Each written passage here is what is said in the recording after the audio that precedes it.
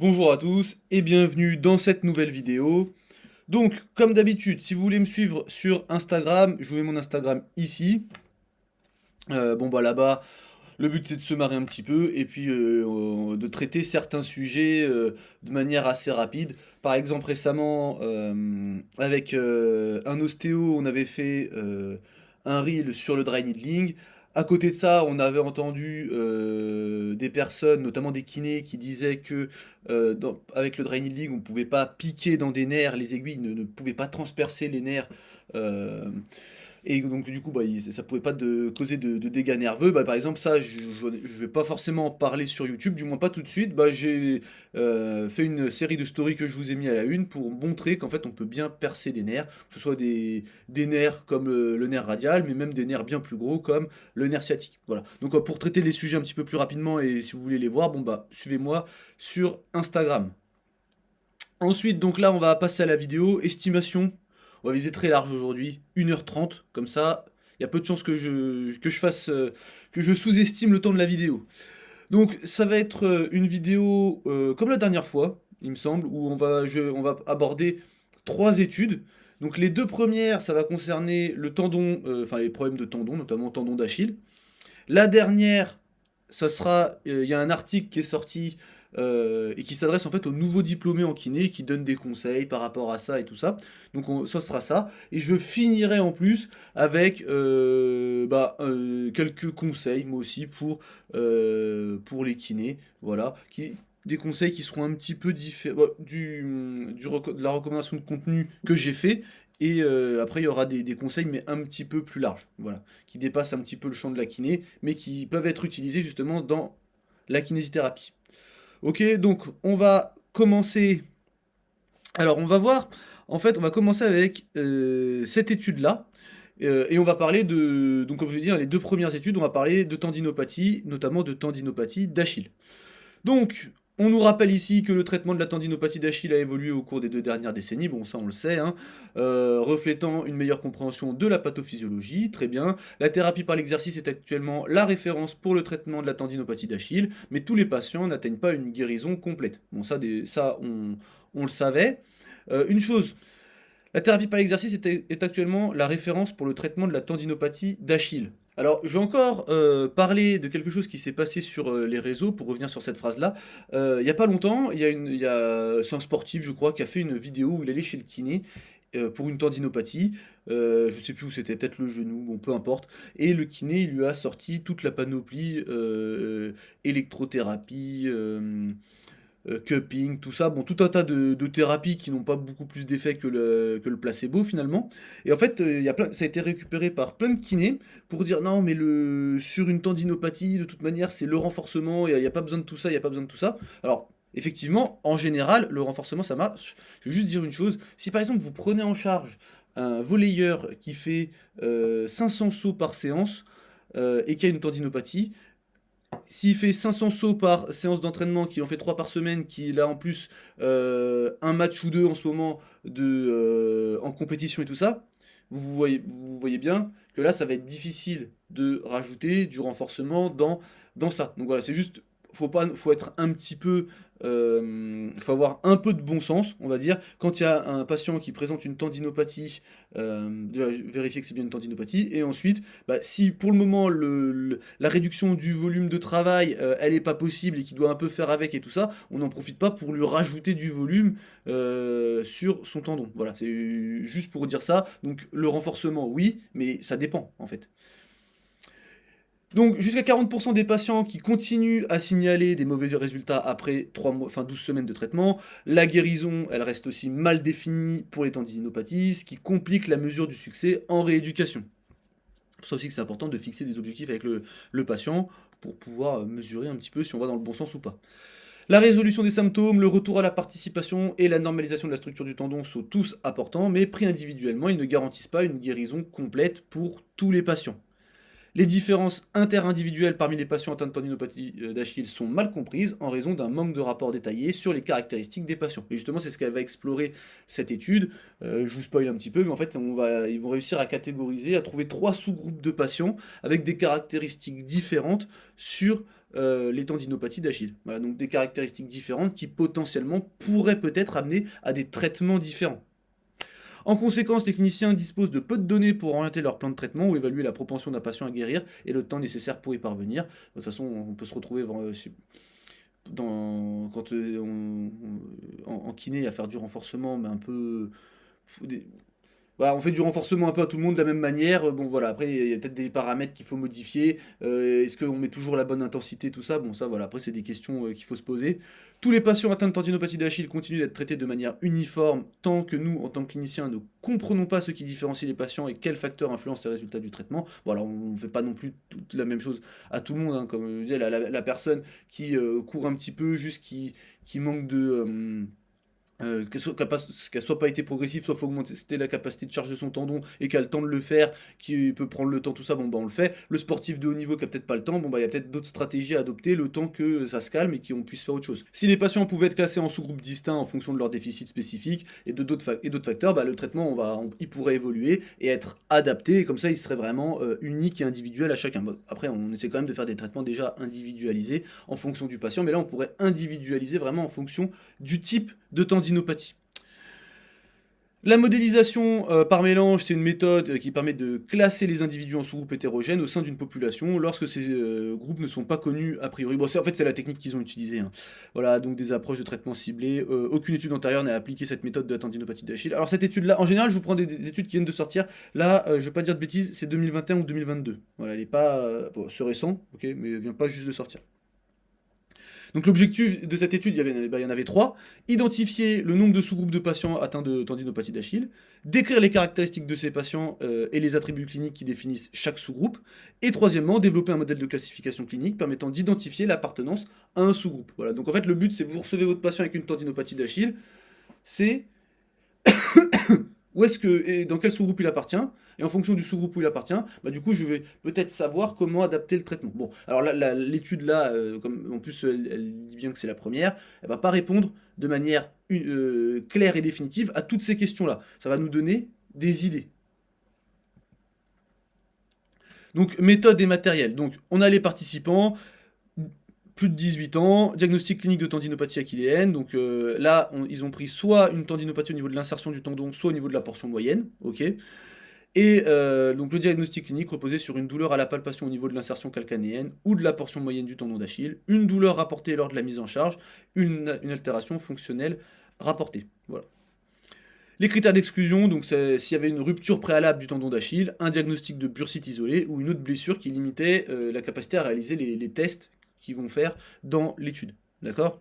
Donc bien évidemment, on n'extrapole pas les résultats qu'on a pour une tendinopathie de la portion moyenne ou au niveau de l'insertion sur les bursites ou sur toute autre douleur qu'on peut retrouver localisée au niveau du tendon d'Achille, qui n'est pas forcément une douleur de tendon d'Achille. Ils ont analysé 14 variables. Alors après, certaines n'ont pas été incluses dans leur modèle de mélange, mais voilà, vous avez tout ici, donc vous avez des mesures sur des variables sur les symptômes, sur la fonction du membre inférieur, sur les facteurs relatifs au patient, donc son âge et tout ça, les facteurs psychologiques et la structure du tendon. Voilà, donc tout ça, et en fait en mixant tout ça, peut-être qu'on va dégager des gens, par exemple, qui vont plus être, je vous dis, je dis n'importe quoi là, mais par exemple, on va dégager des gens qui ont plus, par exemple, ces deux choses-là vraiment poussées, donc beaucoup d'incapacités au niveau de la fonction et beaucoup de symptômes, et qui auront moins de tout ça. Voilà. Et peut-être que eux, on les traitera d'une certaine manière. Peut-être qu'il y en a, ils auront rien de tout ça, et beaucoup de problèmes au niveau de la structure. Donc il faudra peut-être, voilà. Ok. Bon, on verra après ce que ça va donner dans les sous-groupes. Donc après, ils ont mesuré tout un tas de choses, d'accord? Donc la douleur, ils ont fait le questionnaire, donc je pense que vous le connaissez, VISA-A, donc là c'est pour les symptômes, auto-évaluation de la douleur lors du saut. Pour ce questionnaire-là, en fait, on a un score de 0 à 100. Un score plus bas indique davantage de douleurs et de symptômes, voilà, et plus il est haut, mieux c'est. C'est un score que vous pouvez suivre, que vous pouvez utiliser pour suivre vos patients. Il me semble qu'il est plus validé. pour les sportifs plutôt que la personne sédentaire qui a une tendinopathie. Voilà.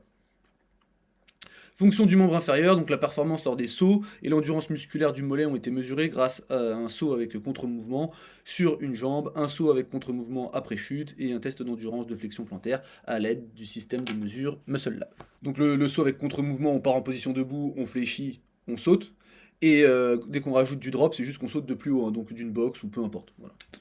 Facteurs liés au patient, donc l'indice de masse corporelle a été calculé à partir de la taille et du poids mesuré. Bon, effectivement, c'est comme ça qu'on mesure un IMC.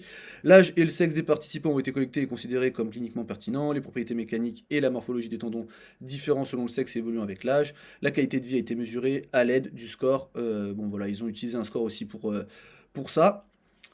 Ensuite, les facteurs psychologiques, ils ont utilisé TSK17, donc un score TSK17 plus élevé implique une plus grande peur du mouvement.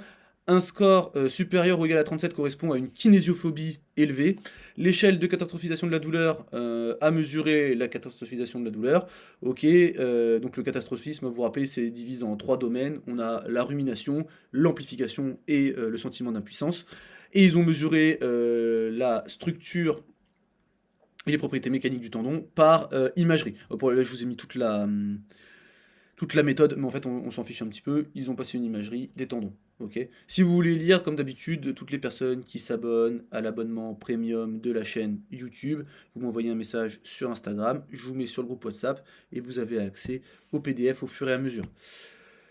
Et donc, les résultats, donc en fait, avec toutes ces donc je vais revenir un petit peu parce que c'était un petit peu laborieux. Donc, on a nos participants, on leur a fait plein de tests pour mesurer leurs symptômes, la fonction de leurs membres, leurs facteurs intrinsèques, enfin leur âge, tout ça.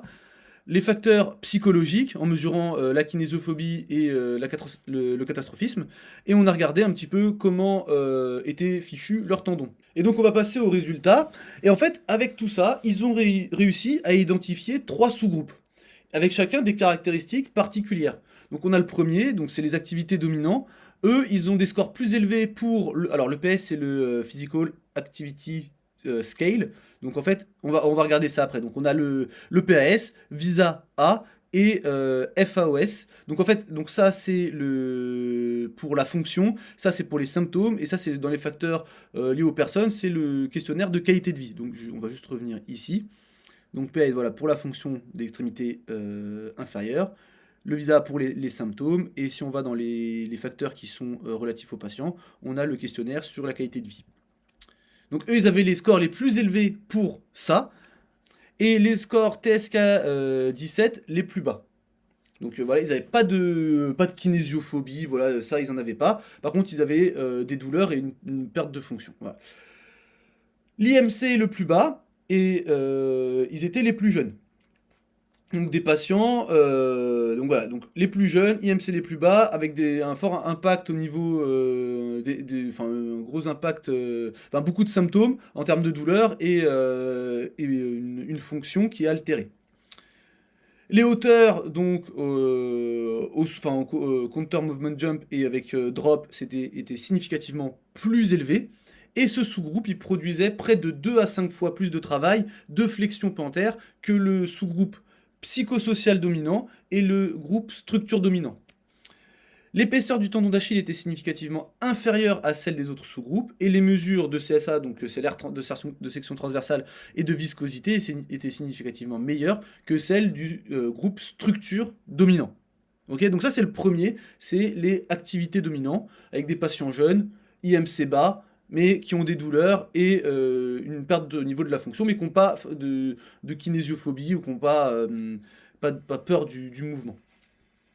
Ensuite, on va passer au deuxième groupe. On a donc les psychosociales dominantes, dominants. Donc là, c'est là où on a les scores psychologiques les plus élevés, donc avec le TSK 17 sur la kinésiophobie et celui-là sur le catastrophisme, et le score donc sur la qualité de vie les plus bas, comparé justement aux deux autres groupes dont on a parlé, donc activité dominante et structure dominante. Ce sous-groupe était plus âgé que les activités dominantes et présentait des résultats significativement moins bons, bien que similaires à ceux qui sont structure dominante, qu'on verra juste après, pour les variables suivantes. Donc VISA, donc c'est les symptômes, Physical Activity Scale, et les hauteurs au counter movement jump et avec drop. Dans le groupe psychosocial dominant, il produisait plus de 3 fois le travail de flexion plantaire du structure dominant, mais significativement moins que le activity dominant. Les mesures d'épaisseur du tendon d'Achille, de CSA et de viscosité étaient similaires à celles de l'activité dominante, mais significativement meilleures que celles des structures dominantes. Parce qu'en fait, structures dominantes, on va se dire que c'est peut-être eux qui ont les tendons en fait, les plus, on va dire, les plus abîmés à l'imagerie, on va dire ça. Donc, ce groupe était majoritairement composé de personnes obèses et de femmes, donc à 66%. Et donc on arrive aux structures dominantes. Donc le sous-groupe structure dominant présentait l'épaisseur et l'aire de section transversale du tendon les plus élevés, la viscosité la plus faible et produisait le plus faible travail de flexion plantaire. Ce groupe c'était le plus âgé, composé majoritairement de personnes obèses et de 77% d'hommes. Okay. Bien que les niveaux d'activité physique rapportés soient similaires, la qualité de vie était significativement plus élevée comparée au sous-groupe psychosocial dominant. Donc qu'est-ce qu'on comprend à partir de tout ça? En fait, on arrive à identifier 3 sous-groupes qui sont différents. Voilà, leurs scores vont être différents et la population va être différente. Là, on a plutôt des jeunes avec un IMC bas. Là, on a plutôt des personnes obèses avec 66% de femmes. Là, on a des personnes obèses avec 77% d'hommes. Donc moins de femmes ici, plus de femmes ici. Voilà. Et donc en fait, ils arrivent à identifier 3 sous-groupes de personnes et on peut se dire que ces personnes, en fait, en fonction du groupe de la personne, on va pouvoir essayer de travailler de manière différente.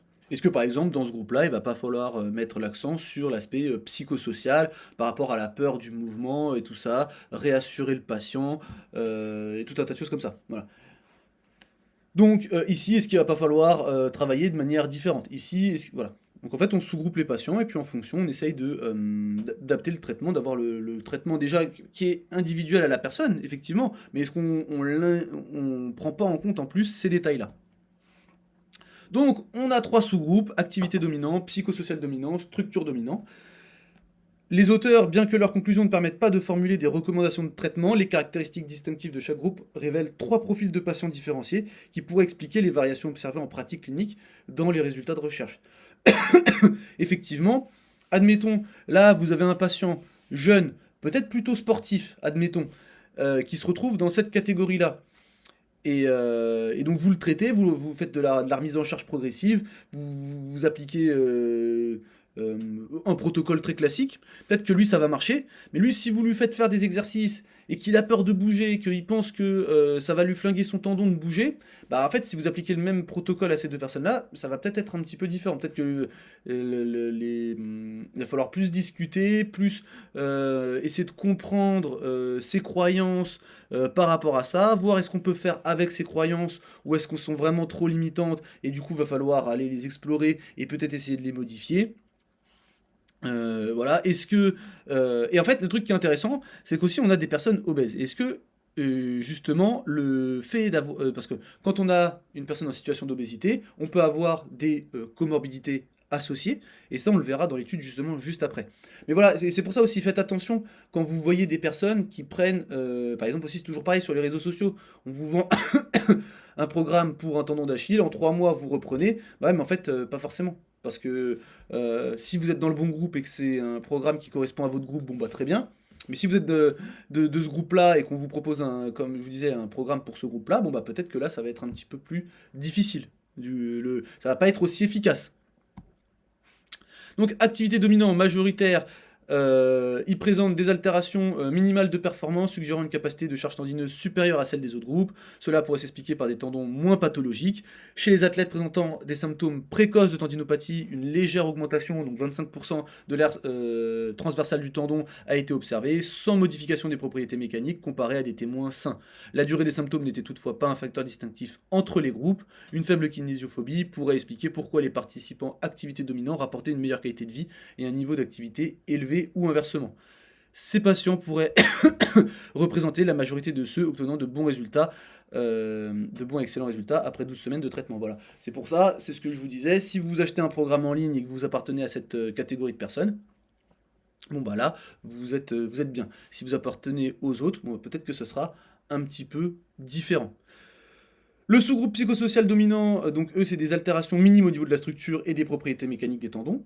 ok, donc des tendons qui fonctionnent bien, on va dire, enfin qui sur le plan structurel, ils sont bien, similaires à celles des activités dominantes, mais des performances significativement moindres aux tests fonctionnels et des scores VISA inférieurs d'environ 20 points. L'impact psychologique élevé rapporté par ce groupe pourrait expliquer ces différences. Les comportements d'évitement liés à la douleur pourraient influencer les performances lors des tests de charge. Et du coup, ça peut aussi expliquer justement cette kinésiophobie et tout ça, le fait qu'ils aient les scores au niveau de la qualité de vie les plus bas. En fait, ça les impacte vraiment beaucoup dans leur vie de tous les jours. Et ensuite, on a les structures dominantes, donc ce groupe il est minoritaire, il présente les plus grandes altérations du tendon, donc que ce soit l'épaisseur, l'aire de section transversale, la viscosité. Environ 32% des patients n'ont pas pu effectuer une seule répétition de flexion plantaire, ce qui pourrait avoir des effets indirects sur d'autres aspects de la santé tendineuse. L'obésité et l'âge avancé caractéristiques de ce sous-groupe, 86% avec un IMC supérieur à 30, augmentent la charge tendineuse et pourraient allonger les délais de récupération.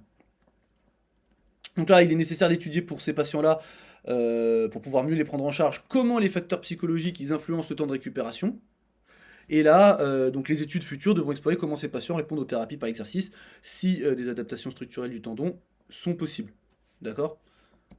Donc les limites et les perspectives futures, donc il est possible que des patients correspondent à plus d'un sous-groupe en pratique clinique. Ouais, on peut avoir un patient jeune et sportif avec finalement un tendon en pleine forme, tout ça, mais douloureux, avec beaucoup de kinésiophobie par exemple. Mais après, ça peut être. Donc, eux, ils ont utilisé le terme de kinésiophobie, mais on peut même juste dire s'ils sont dans un. S'ils ont de la peur évitement. Ok, pas forcément d'aller jusqu'à la kinésiophobie. Voilà. Le modèle de classification clinique n'a pas été validé par une autre cohorte, donc il faut qu'on attende d'autres résultats. Mais pareil, c'est intéressant. Au final, c'est juste, on ne traite pas tous les patients de la même manière, mais ça, on le savait. Peut-être que même dans quelques temps, on pourra vraiment prendre le patient de manière individuelle, essayer de le classifier aussi en fonction de sa tendinopathie et prendre en charge de manière plus précise et pour essayer d'avoir des résultats vraiment les plus optimaux et pas bien traiter tous ceux qui rentrent dans la catégorie activité dominante qui sont plus faciles à traiter et tous les autres en fait les laisser galérer. Conclusion, donc cette étude vise à identifier l'hétérogénéité non observée parmi les patients atteints de tendinopathie achilléenne, donc dans le sens où en fait avec les questionnaires habituels et tout ça, ou avec nos outils on n'est pas capable de sous-grouper ces patients de la manière dont ça a été fait là.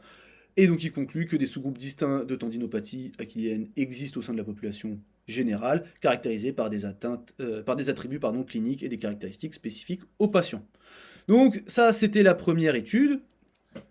Donc, si on revient dessus, en fait, on peut, peut-être que dans le futur, on sera capable d'identifier, de classer les personnes qui ont une tendinopathie dans des sous-groupes en sachant que peut-être un patient peut appartenir à plusieurs sous-groupes, et ensuite adapter le traitement, ou alors même ça peut être adapter le traitement, ou alors utiliser le même, mais en expliquant, voilà, bah, si vous identifiez que la personne est dans ce groupe-là, bon bah voilà, vous pouvez dire dans 3 mois, ça sera bon pour vous. S'il appartient, par exemple, à ce groupe-là, bon bah dans 3 mois, c'est peut-être un peu court, nous on va peut-être plutôt viser 6 mois. Et comme ça, le patient, il sait d'office.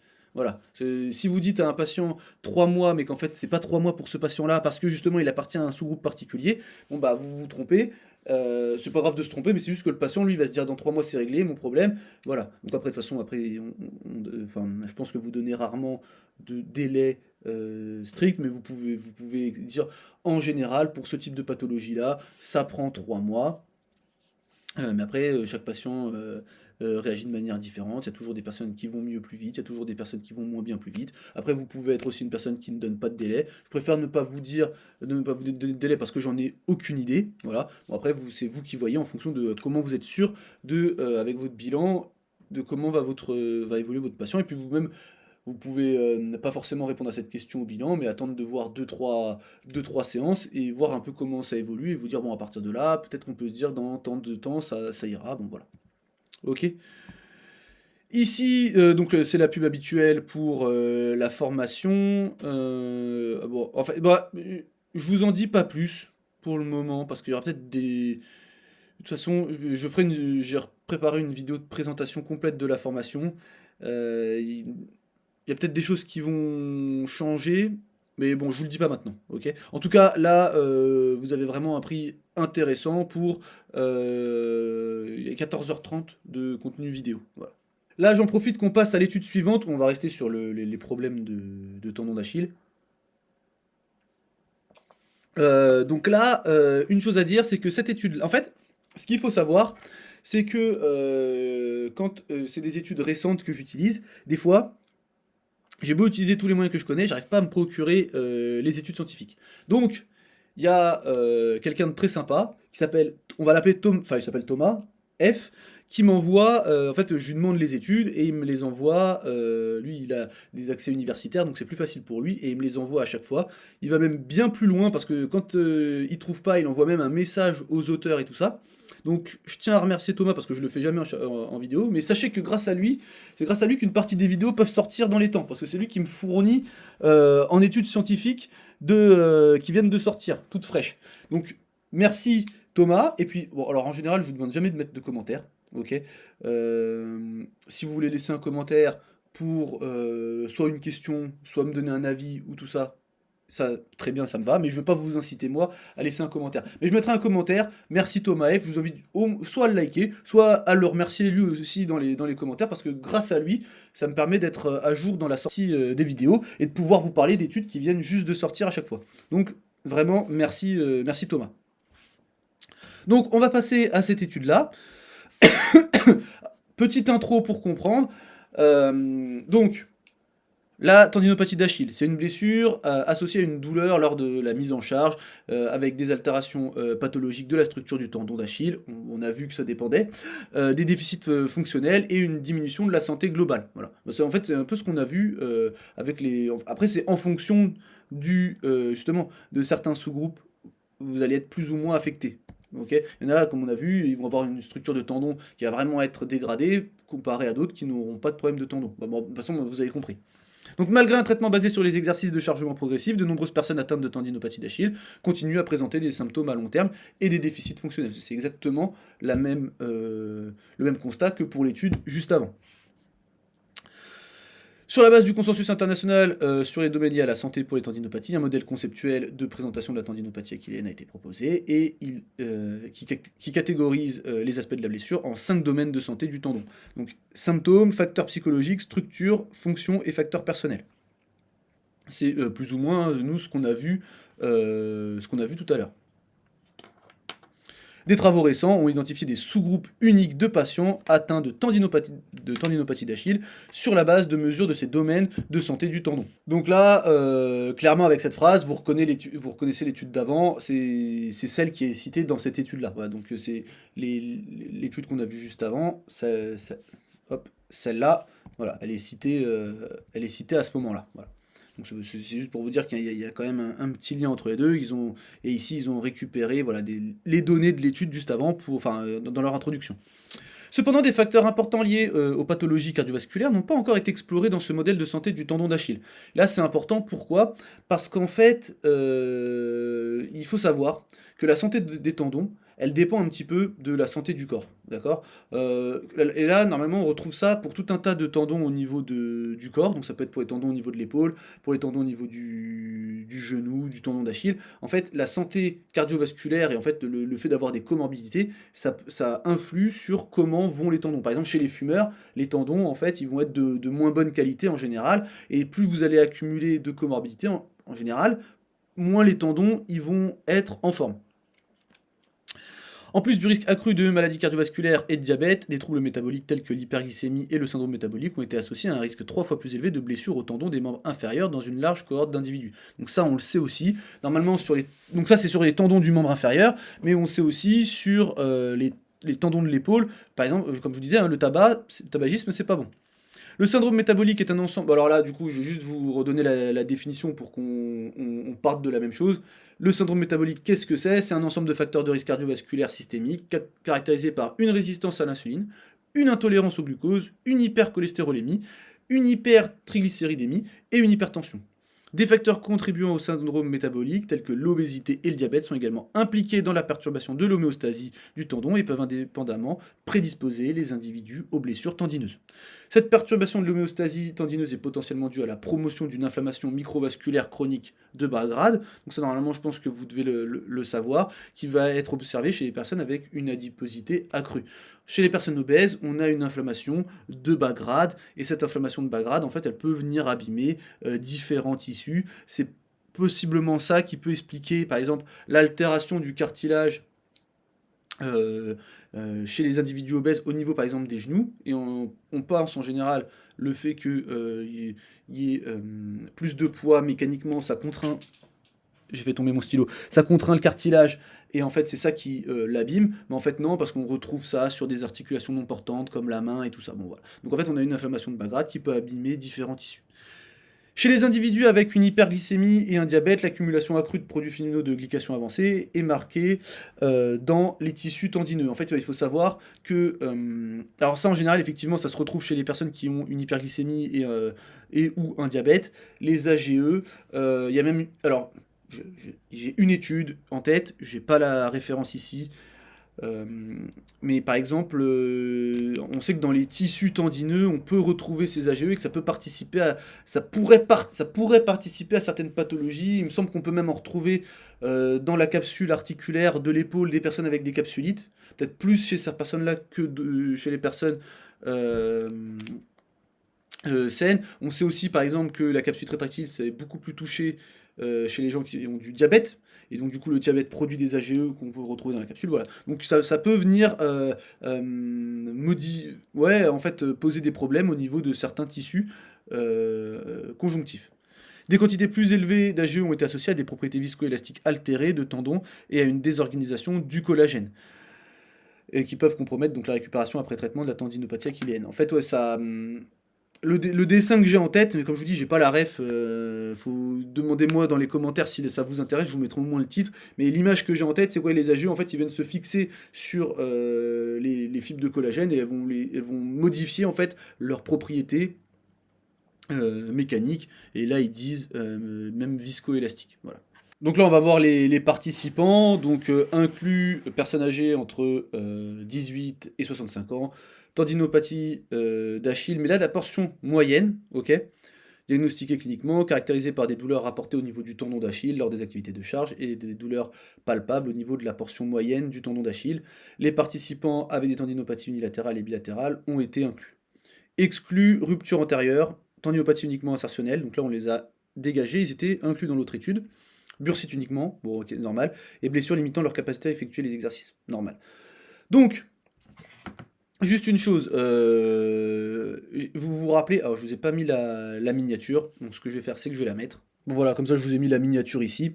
Juste pour vous dire, c'est n'importe quoi cette vidéo, je coupe tout à chaque fois, bon c'est pas grave. Cette vidéo-là, en fait, je vous avais parlé des problèmes de tendinopathie au niveau du coude, et on avait vu en fait que parfois ça pouvait être un problème de nerf. Un problème de nerf au niveau du coude, qui s'appelle au niveau enfin, du tunnel radial. Et alors j'avais prévu une deuxième partie sur est-ce qu'un problème cervical peut donner des douleurs aussi au niveau du coude, donc ça serait pour une deuxième partie. Et est-ce que ça vous intéresse qu'on voit par exemple une douleur au niveau, on va dire facite plantaire, est-ce que ça peut être une douleur aussi qui vient d'un problème de nerf? Et pareil, on peut faire aussi l'articulation du genou, et on peut faire l'articulation de la hanche. Voilà. Donc voilà, alors après, c'est par exemple pour la fascite plantaire, ça peut être un problème de nerf au niveau du pied. Pour le problème de genou ou de hanche, bon là, ça peut être. J'ai des données sur le fait que ça peut être un problème lombaire. Enfin, est-ce que vous voulez une suite directe au niveau du coude et est-ce que vous voulez qu'on fasse la même chose pour d'autres articulations ou pas? Voilà. Donc on reprend notre étude. Donc on avait nos participants ici, ok, vous vous rappelez. Et donc ils ont évalué les facteurs métaboliques. Okay, donc les facteurs de risque métabolique étaient définis comme des facteurs qui vont contribuer à des changements métaboliques, qui vont augmenter le risque de pathologies non transmissibles. Donc ça va être les maladies cardiovasculaires et le diabète. Donc les participants, ils ont été évalués au départ pour voir s'il y avait la présence de facteurs de risque métaboliques.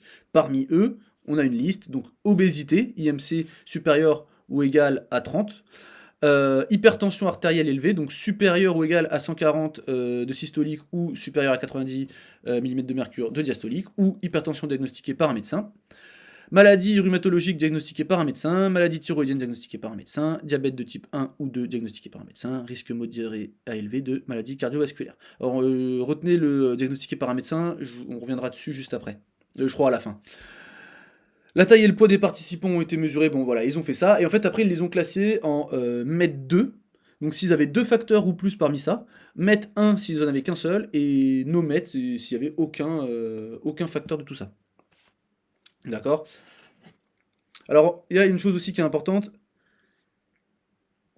c'est qu'il y a 24 participants qui ont été exclus de l'analyse statistique en raison de données manquantes provenant du lecteur d'AGE, ce qui a empêché leur placement dans un groupe. Voilà.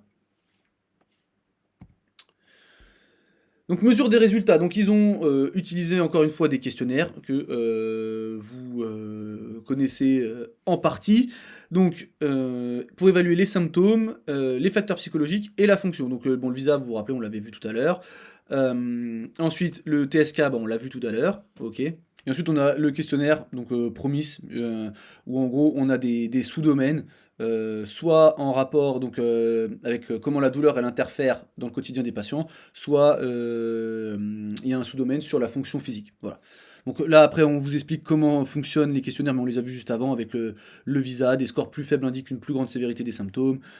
Les sous-domaines, donc le PROMIS, sont interprétés comme des T-scores avec une moyenne de population générale à 50, voilà, et après en fonction de si vous êtes au-dessus ou en dessous, donc par exemple score d'interférence de la douleur supérieur à 55, ça indique une interférence douloureuse légère à sévère, score de fonction physique inférieur à 55 indique une fonction physique légèrement à gravement altérée, et après on a le TSK qui est noté de 17 à 68, et les scores supérieurs à 37, on a une kinésiophobie sévère.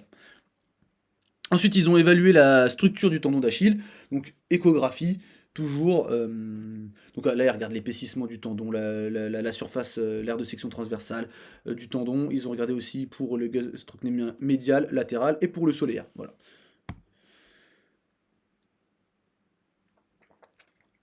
Ensuite, les propriétés mécaniques, donc le module de cisaillement, donc en gros c'est comment le tendon il réagit à la contrainte, et la viscosité du tendon d'Achille ont été évalués par élastographie continue. Bon voilà, la présence ou l'absence de calcification anthésique et ou intratendineuse de bursite rétrocalcanéenne et ou sous-cutanée, ainsi que les signes de néovascularisation intratendineuse ont également été enregistrés lors de l'examen échographique. Après, il vous explique comment ils les ont, les critères diagnostiques. La fonction des membres inférieurs, donc là il y avait saut avec contre-mouvement sur une jambe, donc on baisse, on saute. Avec drop, donc on est sur une boîte, là ils vous l'ont décrit, 20 cm, on saute, hop. Test de saut à cloche-pied, donc là on fait des sauts rythmiques et continus, okay, comme si on sautait comme si on faisait de la corde à sauter, quoi, tout simplement. Sur une jambe à la fois, la hauteur des sauts et le quotient pliométrique ont été calculés, voilà, pour 2 séries de 20 sauts continus. Test d'endurance de montée sur la pointe des pieds. Donc test réalisé sur une boîte inclinée à 10 degrés avec une fréquence de 30 montées de talons par minute, réglée par un métronome. Bon voilà. En fait, ils ont fait tout un tas de tests. Ensuite, ils ont évalué la douleur provoquée par le mouvement. Et donc là, les niveaux de douleur provoqués par le mouvement ont été évalués pendant la batterie de test à l'aide d'une échelle numérique. Ok, test de marche de 10 mètres. Les participants ont également effectué une marche de 10 mètres, incroyable, c'est dans le titre, à un rythme choisi par eux-mêmes. Analyse des phases de marche, donc le pourcentage de temps passé sur les phases de charge, d'appui intermédiaire, de prébalancement et de balancement. Bon, en fait, ils ont étudié plein de paramètres. Je crois que c'est fini après, voilà. Donc, tout un tas de paramètres, donc que ce soit des questionnaires pour évaluer les symptômes, évaluer la structure du tendon et des muscles du mollet, les propriétés mécaniques et la fonction des membres inférieurs avec même une évaluation de la douleur, test de marche et tout ça. Bon, on a tout ça. Qu'est-ce qu'on fait avec tout ça maintenant? Les résultats. Donc en fait, on se retrouve avec 158 participants atteints de tendinopathie d'Achille. Au niveau de la portion moyenne, vous vous rappelez, hein, c'était que la portion moyenne pour ces patients-là. 47 participants, donc 30%, présentaient 2 facteurs de risque métabolique ou plus, donc dans le groupe MET2, hein, c'est ce qu'on avait vu tout à l'heure. 47 participants, donc 30%, présentaient un seul facteur de risque métabolique, donc MET1. Et 64 participants, 40%, ne présentaient aucun facteur de risque métabolique, no MET. Et donc du coup, si on fait un calcul mathématique savant, on se retrouve avec 100%. Incroyable. Le groupe MET2 était significativement plus lourd et rapportait une activité physique plus faible avant et après la blessure, par rapport au groupe MET1 et NOMET. Le groupe MET2 signalait également une durée des symptômes plus courte que le groupe NOMET.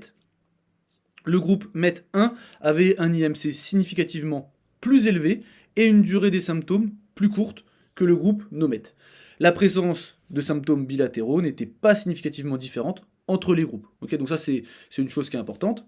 Symptômes et facteurs psychologiques, donc aucune différence significative entre les groupes pour tous les questionnaires qu'on a vus tout à l'heure. Toutefois, tous les groupes présentaient une kinésiophobie élevée selon le seuil de 37 points. Ok. Le groupe MET2 rapportait une douleur significativement plus intense lors des élévations unilatérales comparé au groupe NOMET. Aucune différence significative entre les groupes pour la douleur lors du saut en contre-mouvement unilatéral, avec drop, saut continu, voilà. Mais par contre, ce qu'on retient, le groupe MET2 ici, pour les élévations sur les pointes de pied unilatérales, plus de douleur que le groupe NOMET. Structure. Une différence significative a été observée dans la surface transversale du tendon d'Achille, normalisée à la masse corporelle entre les groupes. Et là, en fait, on a le groupe MET2, donc ceux qui ont 2 facteurs de risque métaboliques, qui présentait une aire de section transversale plus petite du tendon dans le membre le plus symptomatique, comparé aux 2 autres groupes, cette fois-ci, comparé à MET1 et NOMET. Aucune différence significative entre les groupes pour l'épaississement du tendon d'Achille, le module de cisaillement, la viscosité, le CSA et tout ça. Voilà, tout le reste, je vous l'ai mis ici, même la bursite, néovascularisation, tout ça. Fonction. Là, on a eu des différences significatives qui ont été observées dans les résultats fonctionnels rapportés par les patients lors des tests fonctionnels et les mesures de la marche. Le groupe MET2 signalait une fonction physique plus faible sur le PROMIS par rapport au groupe NOMET, bien que les 2 groupes aient une fonction physique légèrement altérée. Donc les 2 avaient une fonction altérée, mais on a une fonction physique plus faible chez le groupe MET2. Le groupe MET2 montrait des performances inférieures au test suivant, dans le membre le plus symptomatique, comparé au groupe NOMET, donc sur la hauteur du saut en contre-mouvement, hauteur du saut en contre-mouvement avec le drop, hauteur des sauts continus, nombre de répétitions d'élévation sur talon, hauteur des élévations sur talon. Le groupe MET2 présentait également des scores inférieurs aux promises fonctions physiques par rapport au groupe MET1. D'accord ? Donc en fait, ce qu'on retient ici, c'est que le groupe MET2, il a une fonction physique plus faible sur le promis par rapport au groupe NOMET, et sur la fonction physique aussi, il est inférieur au groupe MET1. Et donc, le groupe MET2, donc toujours pareil, hein, ceux qui avaient qui avaient au moins 2 facteurs de risque métaboliques, montraient également des performances inférieures dans tout un tas d'autres tests, donc la hauteur du saut en contre-mouvement avec drop dans le membre le plus symptomatique comparé à MET1, aucune différence significative de fonction entre les groupes MET1 et NOMET, voilà. Donc après ça, si vous voulez mettre pause, mais en gros c'est ceux qui avaient, ils avaient des performances voilà, inférieures, le groupe MET2. Donc en fait, qu'est-ce qu'on retient de ça pour le moment? C'est qu'en fait, en fonction du nombre de facteurs de risque métaboliques, bah en fait, vous allez avoir des capacités qui vont être différentes, voire même, enfin, qui vont être moins bonnes hein, chez les patients qui ont deux facteurs de risque. Et en fait, ça, c'est à prendre en compte. Vous pouvez pas prendre en charge ces patients-là, voilà, comme vous prenez en charge les autres. Il va falloir déjà, la première chose à faire, c'est prendre en charge ce patient sur sa tendinopathie. Il va falloir, après peut-être aussi que dans votre rôle de professionnel de santé, il va falloir aussi se dire, est-ce que mon patient, j'ai pas intérêt à aussi lui donner des conseils de manière générale sur son mode de vie, son hygiène de vie, voilà, l'inciter à aller voir pourquoi pas son médecin, parce qu'il peut avoir été aussi diagnostiqué avec une hypertension. Est-ce que l'hypertension, pareil, vous devez voir, est-ce que il a un traitement, est-ce que s'il a un traitement, est-ce qu'il prend, est-ce que vous devez vérifier aussi la tension, parce que est-ce qu'il prend son traitement, mais est-ce que son traitement il est efficace. Donc voilà, c'est tout un tas de choses aussi que vous devez vérifier vous de votre côté. D'accord. Pareil, voilà, après, si on a un patient avec 25 000 facteurs de risque cardiovasculaire et qu'il a des douleurs dans les jambes, toujours aussi pareil, là on part du principe qu'ils ont une tendinite, une tendinopathie. Mais vous, dans votre cabinet, le patient, il va venir, on va lui dire tendinopathie, mais est-ce que tous les diagnostics différentiels, enfin, est-ce qu'on a exclu tous les autres problèmes? Est-ce que c'est pas un problème neuro qui vient, qui aurait une origine lombaire? Est-ce que c'est pas un problème vasculaire qui aurait justement, qui serait dû à tout un tas de facteurs de risque métaboliques? Voilà, si vous avez quelqu'un qui a des douleurs au niveau du mollet quand il marche, et que sa peau elle a un aspect très bizarre, et que ses ongles ils ont un aspect très bizarre, et que y a des douleurs à l'effort, bah c'est pas forcément tout de suite une tendinopathie. Voilà, donc faut exclure tout ça. Dans les études, c'est bien beau parce qu'ils font le travail et du coup, on se retrouve juste avec l'échantillon de personnes qui ont une tendinopathie. Mais nous, il faut savoir être sûr que la personne en face de nous, elle est juste cette tendinopathie. Elle sera pas passée par tous les tests forcément, écho, tout ça et tout. Hein.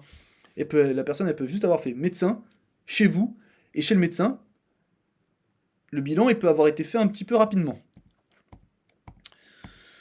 Donc on en est là, discussion. Donc voilà, donc en fait là je vous ai présenté les résultats. On va aller maintenant à la discussion. Donc les résultats suggèrent que la présence de comorbidité métabolique aggrave la présentation de la tendinopathie achilléenne dans la majorité, donc 3 sur 4, des domaines de santé du tendon. Conformément à notre hypothèse, donc enfin l'hypothèse des auteurs, les individus présentant plusieurs facteurs de risque métabolique ont montré des symptômes plus sévères lors des charges, une taille du tendon d'Achille plus petite par rapport à la masse corporelle, une fonction des membres inférieurs plus altérée par rapport aux individus sans facteur de risque métabolique. C'est toujours pareil, en fait quand on prend un patient en charge, et c'est pour ça aussi que faut faire attention, et je reviens sur les coachs ou les programmes préconçus sur internet, voilà, est-ce que le programme préconçu pour la tendinopathie il correspond à tout le monde? Est-ce qu'il n'y a pas des personnes chez qui ça ne va pas marcher, ou alors il va falloir prendre en compte d'autres choses? Est-ce que j'ai mal au tendon, c'est une tendinite? La personne qui doit vous vendre un programme pour la tendinopathie, elle a tout intérêt à ce que vous ayez une tendinopathie, même s'il y a des messages, consultez un médecin, tout ça, vous n'avez pas accès à un médecin, ou vous n'avez pas le temps, vous n'avez pas l'envie, vous achetez le programme, et en fait, il y a peut-être une perte de chance, comme je vous ai dit. Imaginons que vous ayez des artères bouchées dans votre pied, voilà, c'est pas une rééducation pour le tendon qu'il vous faut. C'est ok, c'est une consultation avec un médecin vasculaire. Hein, je rappelle, si vous faites ce qu'on appelle un test ABPI, où on prend attention aux chevilles et aux bras, on fait le rapport, et que le rapport il est trop faible et que ça montre qu'il y aurait une occlusion vasculaire à un endroit, les recommandations c'est médecin vasculaire. Ok, pas forcément pour opérer tout de suite, mais les recommandations c'est pour un ABPI qui est positif, donc qui montre une restriction du flux sanguin, consultation avec un médecin vasculaire. C'est les recommandations.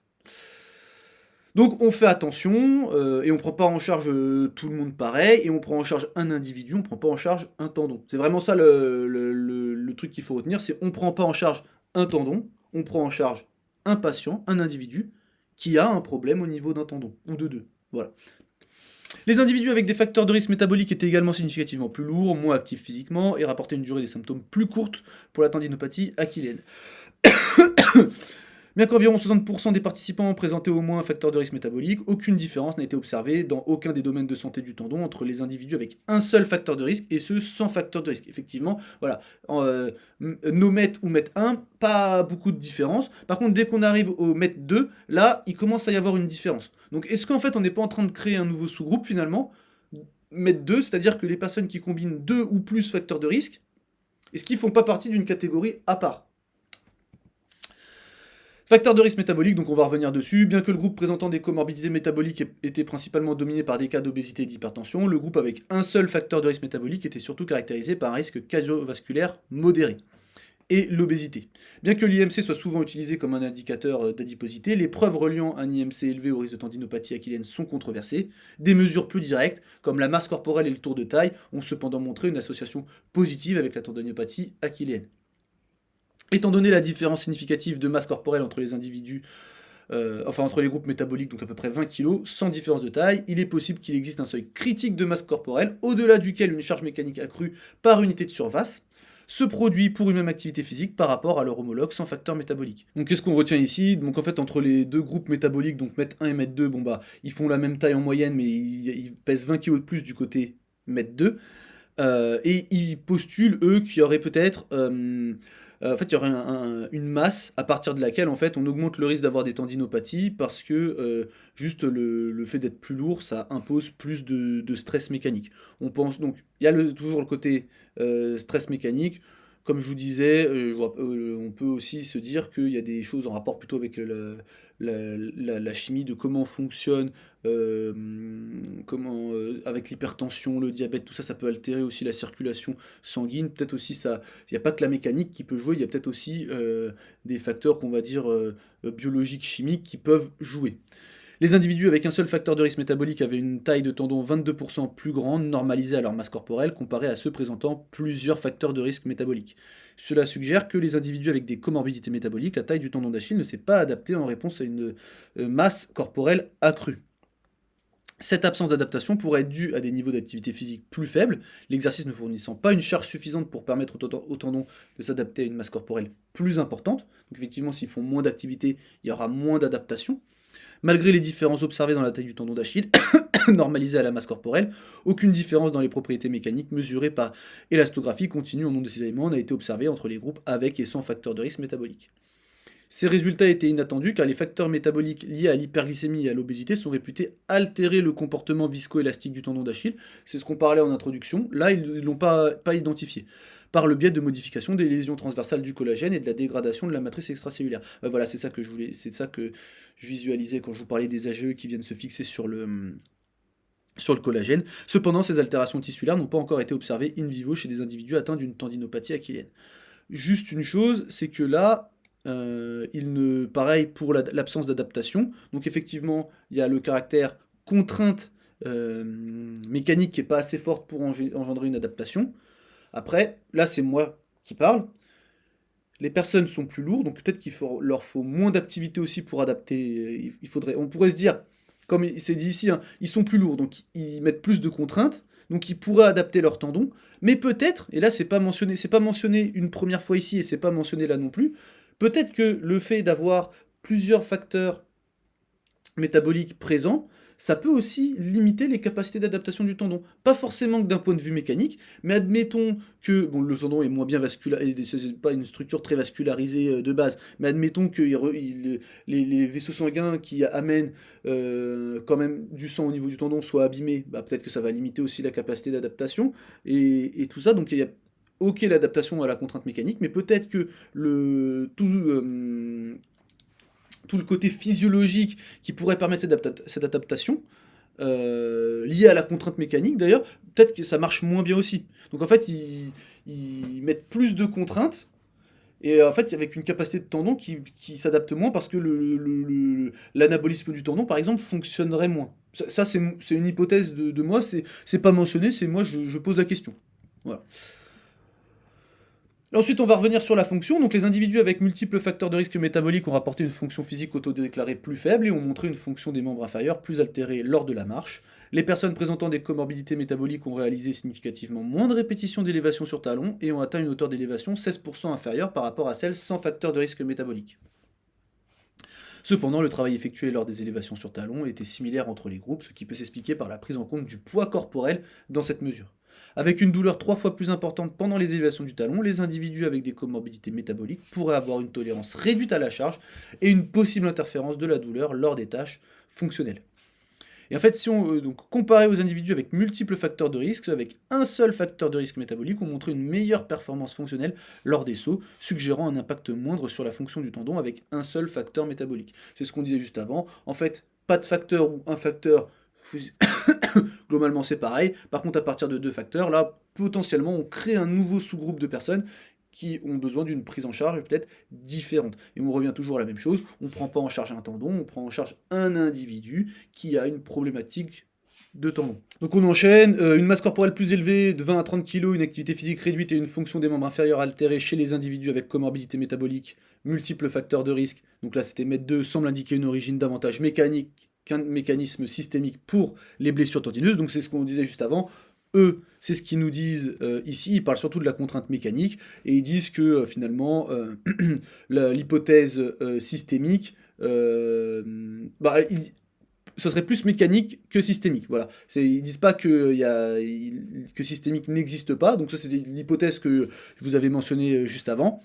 Et ce qu'on sait en fait, de manière générale, c'est que la pathologie tendineuse et l'adiposité élevée ont été liées, et il y a des études qui proposent justement à la fois l'hypothèse systémique, avec l'inflammation, dyslipidémie, tout un tas de choses. De toute façon, on sait par exemple aussi que quand on a des facteurs de risque, notamment cardiovasculaires, une santé vasculaire qui est moins bonne, ça peut même affecter la santé des disques intervertébraux, comme je vous ai dit, la santé des tendons, même au niveau de l'épaule et tout ça. Donc il y a l'hypothèse systémique qui existe, dans cette étude, et l'hypothèse mécanique avec la force contrainte, avec les forces et les contraintes. Dans cette étude-là, ils sont davantage mécaniques. Voilà. Comme il s'est dit ici, ils semblent indiquer une origine davantage mécanique qu'un mécanisme systémique. Mais ils disent pas que ça n'existe pas. Voilà. Donc cependant, aucune étude à grande échelle chez des humains symptomatiques n'a confirmé ces observations. Ainsi, le mécanisme par lequel l'adiposité élève élevé augmente le risque de blessure au tendon reste inconnu. Les résultats de cette étude, elles suggèrent que les individus avec comorbidité métabolique n'adaptent pas la taille de leur tendon d'Achille à leur gain de poids, les rendant plus vulnérables aux blessures dues à une charge mécanique excessive, et non à des altérations des propriétés mécaniques du tissu. Limites et perspectives futures, donc on arrive à la fin de cette étude, donc ça fournit des preuves solides pour la prise en compte clinique des comorbidités métaboliques chez les individus atteints de tendinopathie d'Achille. De toute manière, j'espère que dans vos bilans, vous prenez en compte, enfin vous posez des questions par rapport aux facteurs de risque cardiovasculaires, métaboliques, le diabète, les antécédents, tout ça. On a 24 participants, vous vous rappelez, ceux qui ont été exclus de l'analyse, donc ça fait environ 13% de l'échantillon de l'étude, en raison de l'absence de données provenant de l'AGE. De plus, les antécédents médicaux déclarés par les patients peuvent sous-estimer la présence de facteurs de risque métabolique. Donc ça, en fait, c'est voilà, diagnostiqué par un médecin, c'est les patients qui ont déclaré, et ils auraient peut-être pu faire, pour être plus précis, des analyses biologiques directes, avec des tests sanguins, pour voir un petit peu, voilà, en fait, pour avoir un aperçu plus approfondi de l'effet des troubles métaboliques sur la santé des tendons. Bien que l'âge n'ait pas été significativement différent entre les groupes, il existe des preuves que le tissu tendineux se modifie avec l'âge, bon, ça on le sait, comme tous les tissus finalement. Les individus présentant des comorbidités métaboliques étaient en moyenne 6 ans plus âgés que ceux sans facteur de risque métabolique. Ça, effectivement, avec l'âge en général, on a plutôt tendance à accumuler des facteurs de risque. Ainsi, l'âge plus avancé pourrait avoir influencé les différences observées dans les mesures structurelles du tendon d'Achille dans cette étude, bien qu'ils aient contrôlé l'influence de la masse corporelle des participants en normalisant la taille du tendon et des muscles. L'effet de l'activité physique sur les mesures structurelles n'a pas été pris en compte et pourrait également avoir influencé les différences structurelles entre les groupes. C'est toujours de toute manière pareil, hein, ils ont essayé de faire du mieux qu'ils pouvaient, mais il y a encore des choses où ils pourraient faire mieux pour vraiment être encore plus précis dans leur analyse. Il convient également de noter qu'après le début de cette étude, le questionnaire VISA a été jugé comme ayant une faible validité de contenu et structurel, en particulier lorsqu'il est utilisé par des non-athlètes. Ça, c'est ce que je vous disais dans l'étude juste avant. C'est plutôt pour ça serait plutôt pour les athlètes, le VISA. Ce qui pourrait avoir affecté l'absence de différence trouvée entre les groupes dans la présente étude. Effectivement, si on utilise un questionnaire qui n'est pas adapté à une population, bah, les résultats ils vont être moins pertinents. Donc on devrait inclure des nouveaux questionnaires pour plus tard. Donc validés pour les individus, par exemple non athlètes. Enfin, les résultats de cette étude pourraient, peut-être même plus tard, du coup, des questionnaires particuliers pour le sous-groupe de patients qui a plusieurs facteurs de risque métabolique. La présence et l'influence de comorbidités métaboliques dans la population atteinte de tendinopathie d'Achille insertionnelle devraient être explorées plus en détail. Effectivement, ils ont été exclus de l'étude, donc là on parle que de la portion moyenne. Perspectives futures, des recherches supplémentaires sont nécessaires pour déterminer l'effet de la présence de facteurs de risque métabolique sur la réponse au traitement par l'exercice chez les individus atteints de tendinopathie d'Achille. Conclusion, les individus atteints de tendinopathie d'Achille, en plus de présenter plusieurs facteurs de risque métabolique, ont des symptômes plus graves lors de la charge, une taille du tendon d'Achille plus petite par rapport à leur masse corporelle et une fonction des membres inférieurs moins bonne. Une prise en compte future des facteurs de risque métabolique chez les individus atteints de tendinopathie d'Achille pourrait aider à comprendre les déficiences sous-jacentes liées à la pathologie tendineuse et à la récupération qui pourraient être traitées. Donc en fait, qu'est-ce qu'on conclut de tout ça ? En fait, tout simplement, comme pour l'autre étude, donc on ne traite pas un tendon, on traite un patient qui a une problématique tendineuse. Faites un bilan complet. Dites-vous, donc en identifiant. Alors, toujours pareil, hein, le patient il vient avec une tendinopathie. Avant de se jeter sur la tendinopathie, diagnostic différentiel. Est-ce que c'est pas un problème neurolombaire? Est-ce que c'est pas un problème vasculaire? Est-ce que c'est pas un problème inflammatoire, type spondylarthrite axiale, qui peut se présenter par des douleurs au niveau des mollets, mais chez un patient, enfin au niveau des tendons d'Achille ou sous type de fasciapathie plantaire? Patient qui a mal au dos depuis très longtemps, par exemple, il fait avec ses douleurs de dos, puis il commence à avoir mal au tendon, et en fait, il n'en parle pas au médecin de sa douleur de dos, il parle de ses tendons parce que c'est nouveau, la douleur de dos, il fait avec depuis longtemps, et en fait, c'était pas un problème tendineux, c'était un problème de pathologie inflammatoire, voilà. Donc, euh, toujours pareil, quand vous avez des gens qui vous disent oui. Alors après, c'est bien beau hein, sur les réseaux, les personnes qui vous parlent de tendon. Oui, alors la structure du tendon, quand elle est douloureuse, elle est comme ça, et du coup, il faut essayer de la mettre comme ça. Ou alors, c'est très bien de savoir ça, c'est très bien de savoir à quel type de contrainte répond au mieux le tendon. C'est très bien tout ça. Le truc, c'est qu'il faut savoir qu'en fait, il n'y a pas que ça qui compte. Voilà, il n'y a pas que le tendon en lui-même qui compte. Il y a la personne, comment elle est, quels sont ses facteurs de risque cardiovasculaire et tout ça. Voilà. Donc ça, c'est important. Donc là, on a fini avec la deuxième étude, et on va passer du coup à la dernière. Et là, on finit avec cette dernière étude, ça sera rapide, donc c'est des auteurs qui se sont réunis pour faire un message aux nouveaux diplômés en kinésithérapie, donner des conseils, tout ça, et après moi je finirai avec des conseils personnels, voilà. Donc vous avez obtenu votre diplôme et vous êtes maintenant équipé d'une boîte à outils débordant de compétences et de techniques pour aider vos patients. Donc moi quand je suis sorti de l'école, boîte à outils débordant de compétences, non je pense pas, ça débordait pas. Des techniques, ouais, par contre j'en avais plein ça, ok. Mais bon, on va dire que maintenant, l'enseignement étant idéal, vous débordez de compétences. Donc vous êtes déjà en train d'assimiler l'immensité de ce qui vous attend. De toute façon, on sait ce que c'est hein, quand on finit ses études. Quand on est en stage, bah, et qu'on se rend compte qu'on va devoir gérer des patients, bon, bah, ça peut être un peu impressionnant. Donc vous supportez déjà la pression constante d'acquérir de nouvelles compétences, d'obtenir des qualifications et de suivre des formations continues. Pourtant, peu importe les connaissances et les compétences que vous acquérez, la manière dont vous les appliquez comptera presque toujours davantage que ce que vous faites effectivement. Si vous pouvez faire 4000 heures de formation en thérapie manuelle, c'est pas la technique de thérapie manuelle en elle-même, c'est comment vous allez l'utiliser avec vos patients, quels sont les messages que vous allez donner à côté qui vont être utiles, qui vont faire la différence en fait. La relation thérapeutique que vous développez peut souvent dépasser l'importance des traitements spécifiques que vous appliquez ou prescrivez exactement.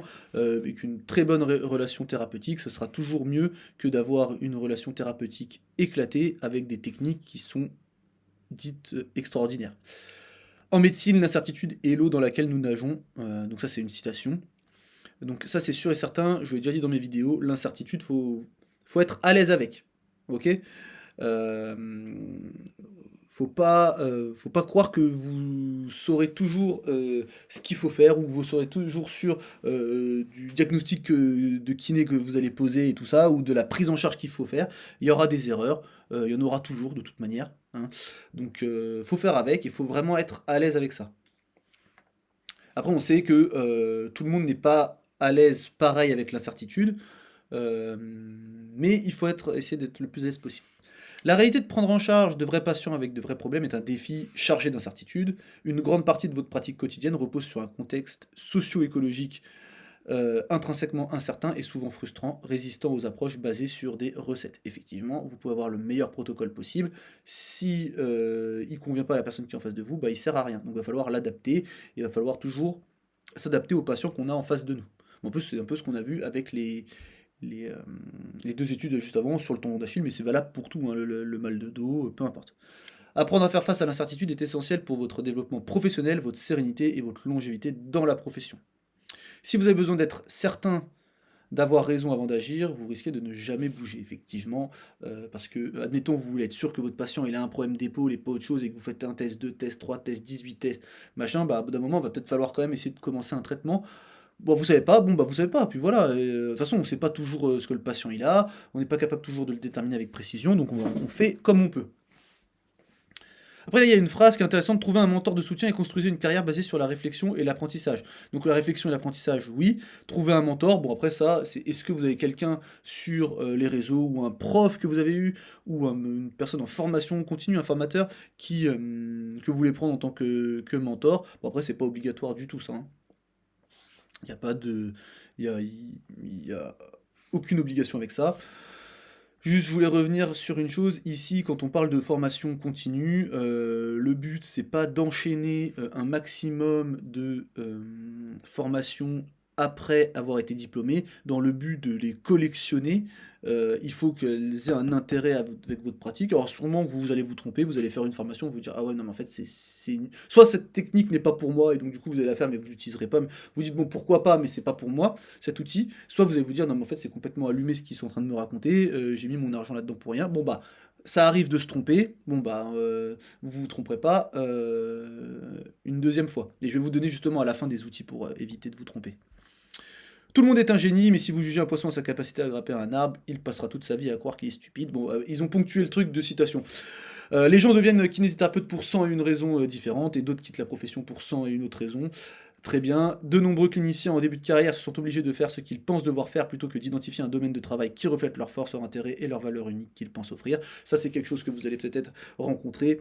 vous êtes diplômé, vous allez vous diriger dans un cabinet, et vous, en fait, ce qui vous passionne, c'est le musculo-squelettique, et on va vous donner tout un tas de patients, et on va vous dire, faut faire de tout. Donc de la respi, de la pédia, tout un tas de trucs que vous ne maîtrisez absolument pas. Par exemple, je vais prendre mon exemple personnel, moi, ce qui m'a toujours intéressé, c'est les douleurs musculo-squelettiques. Quand j'étais en IFMK, le but c'était de valider les modules autres, mais faut pas me demander de faire de la respi ou de la pédia. Enfin, pour le coup, j'ai vraiment, à l'heure actuelle, là maintenant, j'ai vraiment aucune connaissance. Voilà, je ne serais pas capable de prendre en charge quelqu'un qui a des soucis. En plus, déjà, en fait, c'est pareil, comme ils le disent, hein, faut que ça ait un intérêt pour vous. Moi, ça ne m'intéresse pas, ça ne m'intéresse. En fait, dans la kinésithérapie, c'est très très très très global. Il y a quasiment rien qui m'intéresse à part le musculo-squelettique. Voilà. Donc c'est pour ça que je fais que ça. Mais la kiné en soi, si on prend tout ce qu'on peut faire en kiné, l'immense majorité, je n'aime ça ne m'intéresse absolument pas.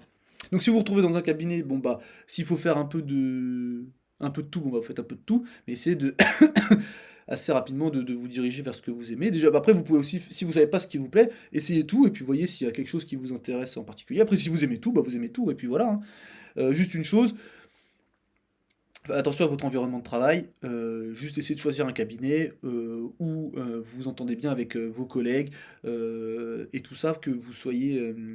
la santé mentale, c'est important, voilà, et il faut être dans un bon environnement de travail. S'il y a du harcèlement, que ce soit physique, moral, peu importe, faut dénoncer et faut partir. Voilà. Cela nécessite de la réflexion et une reconnaissance des domaines de la profession qui suscitent le plus votre curiosité, ainsi que ceux dans lesquels vous voyez des individus inspirants que vous pourriez prendre comme modèle. Alors, je sais pas pourquoi ils veulent des mentors et des modèles. Moi, ça, c'est comme. Ça peut aider, notamment au début. Si vraiment, voilà, dans l'immensité de tout ce que vous avez, bah, vous avez du mal à savoir ce qu'il faut prendre, vous pouvez prendre une personne, suivre ce qu'elle fait, mais toujours en prenant du recul par rapport à ce qu'elle dit, ne pas prendre, c'est pas parce que cette personne-là, vous l'aimez bien, vous l'appréciez, que tout ce qu'elle dit, c'est vrai, faut que cette personne donne des sources, voilà, et puis parfois, vous allez suivre des personnes, et vous allez vous dire, non mais en fait, c'est n'importe quoi. Donc, cela peut mener à une niche bien définie ou une spécialisation plus générale, par exemple, santé en milieu rural, soins aigus, prise en charge musculo-squelettique générale, ok, alors moi je trouve les exemples, pourquoi pas, moi ce que je vous dirais c'est plutôt, voilà, prise en charge musculo-squelettique, après il y en a, ils se spécialisent dans certaines choses, les douleurs d'épaule, les douleurs de dos, vous avez aussi, par exemple, ceux qui vont s'intéresser au vertige, voilà. Toutes ces choses-là. Donc, s'il y a un truc qui vous plaît en particulier, allez-y. Ou plus spécifique, par exemple, douleur au genou, santé des femmes. Bon, alors la douleur au genou, je connais personne qui fait quasiment que ça. Bon, après, pourquoi pas sur du trauma, peut-être ligament croisé antérieur, vous faites que de la rééducation de post-opératoire du genou, peut-être, je sais pas. Après, si votre délire c'est le genou, c'est le genou. Après, prenez juste une chose, si vous prenez en charge que des genoux, ou que des épaules, par exemple, ou que des coudes, soyez carré au moins sur le genou et la zone lombaire. Ok? Parce qu'il y a des douleurs de genoux qui peuvent venir de la zone. Donc si vous êtes spécialiste en épaules, formez-vous au moins épaules, rachis cervical. Essayez de faire toujours quand même aussi le niveau vertébral qui va avec l'articulation. Voilà. Il n'existe aucune hiérarchie entre les spécialisations, bien évidemment, hein, la meilleure, c'est celle qui vous plaît, hein, la meilleure pour vous, c'est celle qui vous plaît, et vous pouvez avoir un impact significatif à tous les niveaux. Ce qui peut être affirmé sans preuve peut être aussi rejeté sans preuve, donc ça c'est une des bases qu'il faut comprendre, mais ça on reviendra dessus par la suite. Les réseaux sociaux peuvent soutenir votre apprentissage, et les réseaux sociaux c'est vraiment incroyable, vous avez quand même de l'information de manière gratuite. Si vous suivez les bonnes personnes, c'est toujours pareil, il faut que ce soit sourcé. Voilà, c'est le critère de base. S'ils sont utilisés judicieusement, effectivement. Donc une personne qui ne donne aucune source, ok, ou qui vous balance des chiffres comme ça, sortis de nulle part, c'est attention, attention, attention. Demandez la source, et après en fonction de la réponse, faites tes recherches. Bon bah d'accord, ok, vous savez que cette personne-là, vous pouvez pas lui faire confiance. Si les sources sont nulles, si voilà, enfin bon, faut que les sources soient accessibles. Comme toute plateforme d'apprentissage, ils ont des avantages et des inconvénients, bien évidemment. Les avantages incluent La distribution efficace d'informations et un accès accru à celle-ci, idéalement accompagné de discussions respectueuses sur la recherche publiée. Cependant, les inconvénients incluent des analyses erronées, la promotion d'idées douteuses, des bulles de filtre, et analyse erronée, donc c'est les personnes qui vont... Après, il y en a qui peuvent le faire de bonne foi. Ils vous présentent une étude, et juste ils l'interprètent mal, ça, bon, après ça arrive, personne n'est à l'abri de ça.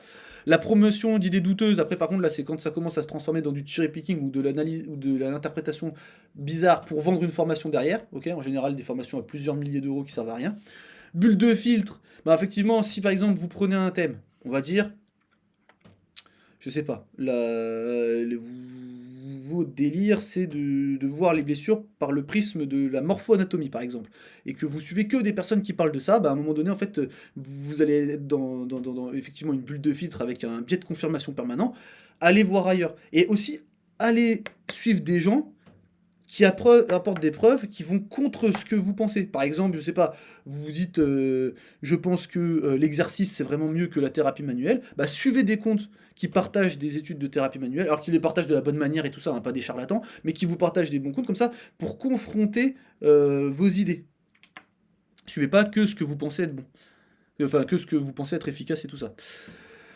Et plus préoccupant, le harcèlement, voilà, donc effectivement, parfois, il y a quelqu'un qui va dire n'importe quoi, il y a des gens qui vont prendre la parole pour dire que les personnes ont dit n'importe quoi, et ils vont se faire harceler en retour.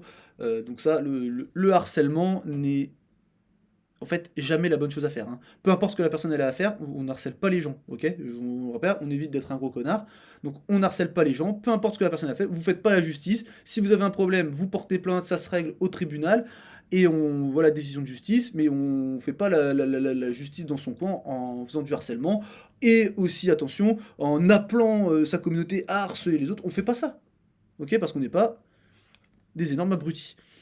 Les informations et idées diffusées sur les réseaux sociaux peuvent être polarisantes et extrêmes pour favoriser l'engagement et les classements. Voilà, ça, on sait hein, que plus ça va trancher, mieux ça va être. Alors qu'en général, de toute façon, vous voyez à chaque fois, quand on voit en détail les études, quand on fait dans ces séries de vidéos-là, bah, c'est toujours très mesuré, très nuancé, la conclusion des auteurs. Donc si vous avez quelqu'un qui vous dit c'est comme ça, c'est pas autrement, bon, bah, on prend de la distance, quoi. Ou alors on discute avec lui, on voit si on a de bonnes raisons de se laisser convaincre. Les preuves issues d'articles, de revues à comité de lecture ne sont pas parfaites ou universellement applicables non plus. Bon, ça, vous le savez quand même. Hein, de toute façon, la recherche, elle est rarement parfaite. Hein, en kiné, en plus, il y a plein de paramètres à prendre en compte et tout ça. Donc voilà. Dans certains cas, l'information provenant d'une étude bien conçue peut être pertinente pour le patient devant vous. Dans d'autres, non. Faire mûrir son rôle de clinicien implique d'améliorer sa capacité à appliquer les informations issues des essais cliniques, à les concilier avec votre expérience clinique naissante, tout en intégrant les préférences et valeurs des patients pour prendre une décision de traitement partagée et éclairée. Bon, là, en fait, on vous a parlé du modèle EBP, hein, là, tout simplement. Donc effectivement, on peut pas, par exemple, vous voyez que les études que là nous on a vues, elles sont intéressantes, elles nous donnent des pistes sur certaines choses. On va pas les appliquer telles quelles dans la pratique. Voilà, dès demain, on va pas commencer à proposer forcément directement un sous-groupage. Voilà, pour le moment, voilà, c'est des informations en plus à amener dans votre réflexion et dans votre prise en charge, tout simplement. Là, on a une autre citation, donc le beau médecin traite la maladie, le grand médecin traite le patient atteint de la maladie. Donc après, on a des auteurs, ainsi que d'autres, qui ont préconisé de repenser la façon dont les cliniciens abordent les soins des conditions musculo-squelettiques persistantes. Ils soutiennent que les soins doivent s'aligner sur la manière dont la majorité des pathologies non transmissibles sont prises en charge pour avoir un impact sur les communautés que vous servez pendant votre carrière. Ne vous attachez pas à une seule intervention. Ça, c'est quelque chose il faut faire attention, ne vous engagez pas dans un parcours, dans un traitement, au point de rentrer dans une espèce de secte, d'accord? Mackenzie sectaire. Je dis pas que Mackenzie c'est sectaire, hein, je dis certaines personnes qui utilisent certaines techniques comme Mackenzie, mais comme la thérapie manuelle, comme l'ostéopathie, comme plein de trucs, peuvent rentrer dans des choses où c'est ça et pas autre chose. Pensez plutôt à la façon dont l'hypertension, le diabète de type 2, la dépression ou l'asthme sont traités, de manière holistique, avec une importance égale donnée à l'éducation, à l'activité physique, au sommeil de qualité, à l'arrêt du tabac, à une alimentation saine et si nécessaire à la pharmacologie. Effectivement, changer tout un tas de paramètres d'hygiène de vie, ça peut être efficace, notamment, on l'a vu ici, hein, avec les patients aussi qui ont des facteurs de risque métaboliques. Holistique, c'est vraiment une prise en charge globale, surtout quand vous avez un ostéopathe holistique, qui, pour lui holistique c'est faire de la thérapie manuelle sur tout l'ensemble du corps, c'est pas être holistique. Ok, c'est pas parce que vous faites de la thérapie manuelle sur tout le corps qu'on est holistique. Holistique, c'est la prise en charge, effectivement, de tout un tas de critères en rapport avec la santé, donc le sommeil, l'arrêt du tabac et des choses comme ça. Ne visez pas des guérisons ou ne vendez pas de solutions aux patients. Voilà, effectivement, on est. On n'est pas là pour vendre, on n'est pas des charlatans, tout simplement. On va s'arrêter sur ça, on n'est pas des charlatans. Visez à dépasser leurs attentes en abordant tous les facteurs pertinents qui influencent la santé de la personne, soutenez la personne dans son parcours de changement comportemental, cherchez à renforcer leur confiance et leur capacité à s'autogérer, assurez-vous que l'individu sait ce dont il a besoin pour mener une vie saine, devenez un expert dans l'évaluation du mode de vie, collaborez avec d'autres lorsque c'est en dehors de votre champ de compétences ou si vous estimez ne pas avoir les connaissances ou compétences nécessaires pour aider un individu en particulier. Si cela est approprié, cherchez à acquérir ces compétences ou connaissances. Voilà, donc de être capable en fait de, c'est juste sur le mot s'autogérer, c'est effectivement important, c'est donner les armes au patient pour qu'il vienne vous voir avec une certaine problématique, vous réglez la problématique plus ou moins, le patient n'a plus besoin de vous, et ben, c'est bien s'il a les clés derrière pour si la situation qui l'a amené au premier problème la première fois, bah, s'il a les connaissances nécessaires maintenant pour remettre enfin pour mettre en place, c'est juste ce qu'il a appliqué la fois d'avant, pour aller mieux tout seul. Voilà, c'est vraiment important et qu'il n'ait pas forcément besoin de vous revoir tous les 3 mois pour sa lombalgie. Conclusion, donc, ils espèrent les auteurs que ces suggestions vont vous aider à naviguer dans la complexité des premières années de pratique. Donc sans aucun doute, des défis continueront d'émerger, c'est dans la nature du métier, mais nous sommes convaincus qu'avoir un réseau de soutien et une perspective adaptée à la pratique clinique vous aidera à surmonter les obstacles inévitables. Si vous avez besoin de parler, n'hésitez pas à les contacter. Même si vous voulez discuter, même moi je suis disponible plutôt sur Instagram. Profitez pleinement de votre carrière. Et c'est vrai qu'ils reviennent pas sur le... Ils parlent du harcèlement en ligne et tout ça, mais il y a une chose que je rajouterais, c'est quand même, je l'ai déjà dit tout à l'heure, mais l'environnement de travail, hein. Votre environnement de travail, il doit vous correspondre. Si vous allez au travail la boule au ventre, que votre planning il est rempli de personnes, ou tous les 2 patients vous dites oh non, non, pas lui, je sais pas faire, je sais pas, ou je l'apprécie pas, ou pas. Voilà, il faut que vous soyez dans un cabinet où parfois il y a des patients, vous voulez pas les prendre en charge parce que pour plein de raisons différentes, mais admettons, le mec, c'est une ordure, bon vous n'êtes pas obligé de le prendre en charge. Voilà, donc si vous êtes collaborateur avec votre titulaire, il change votre emploi du temps sans vous demander, qu'il vous met des patients que vous n'avez pas envie de voir, que tous les patients que lui n'arrive pas à traiter, il vous les envoie, qui vous dit pour ce patient-là, fais ça alors qu'il l'a jamais vu, ou alors qu'il vous envoie des patients à lui et qui lui dit pour lui il faut faire ça, ou qui se permet d'intervenir de manière directe dans un traitement. Par exemple, vous êtes sur le plateau technique, vous faites un exercice avec quelqu'un et qui se permet de passer derrière vous, vous êtes en train de proposer un traitement au patient, et que le mec il dit non mais fais ça avec lui parce que ce que tu fais c'est de la merde, là faut partir, hein. Ok. Alors je sais que c'est pas forcément facile, peut-être qu'il n'y a pas de cabinet à côté, peut-être vous êtes installé, vous avez des choses et tout ça, mais c'est hyper important d'avoir un, un lieu de travail qui soit agréable à vivre. Ok. Juste ne pas aller avec la boule au ventre au travail. Hyper important. Parce que votre titulaire, le harcèlement c'est sur les réseaux, mais c'est aussi dans la vraie vie, dans le cabinet.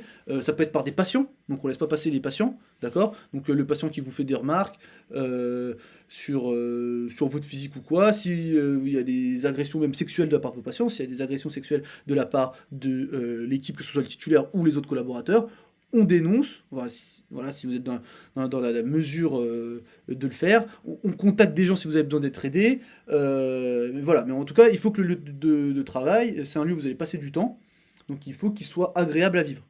Voilà, important, c'est important ça. La transition d'étudiant à kinésithérapeute diplômé peut être difficile, accepter la certitude, bon ok, se concentrer sur la création de relations thérapeutiques solides et trouver une niche correspondant à vos passions et à vos forces peut faciliter cette transition.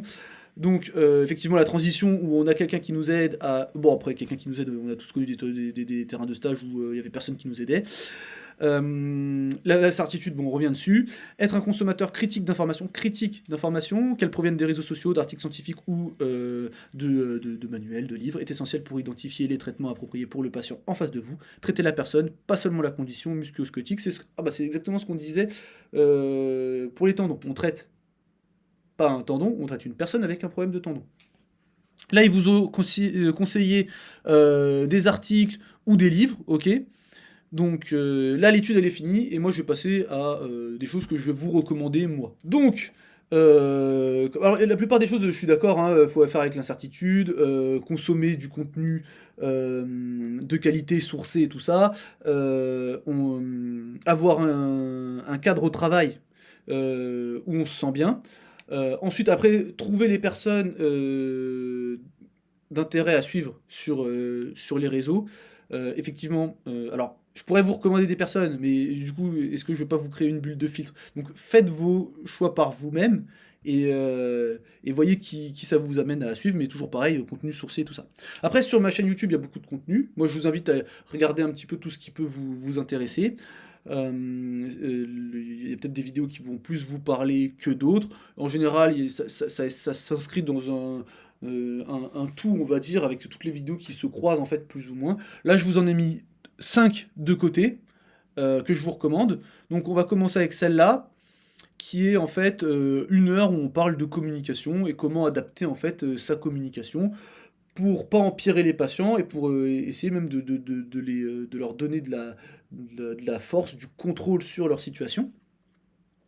Professionnel de santé, on doit faire mieux, donc là avec un cas clinique où en fait bah, clairement le système de soins n'a pas été à la hauteur et a plus fabriqué un patient, a fabriqué un patient en fait, ok.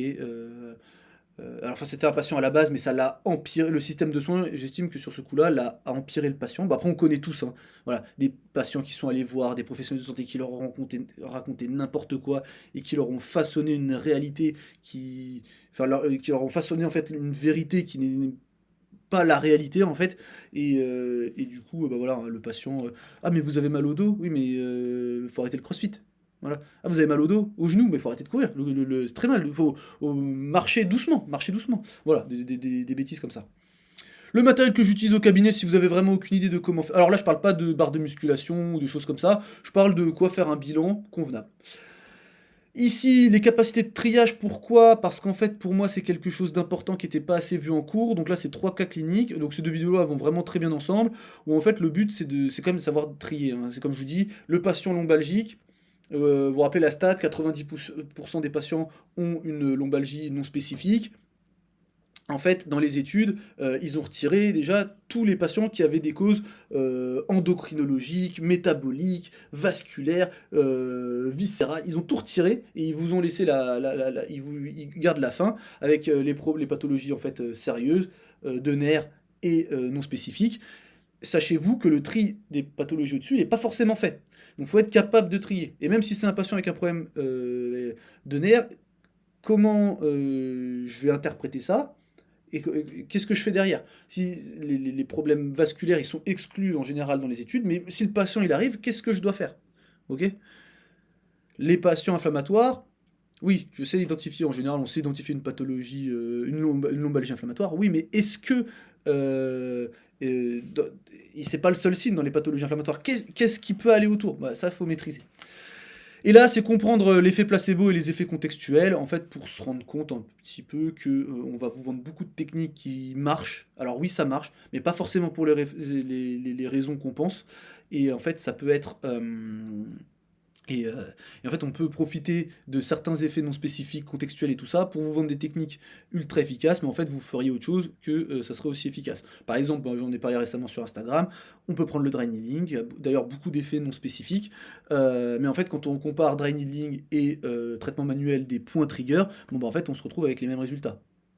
Voilà.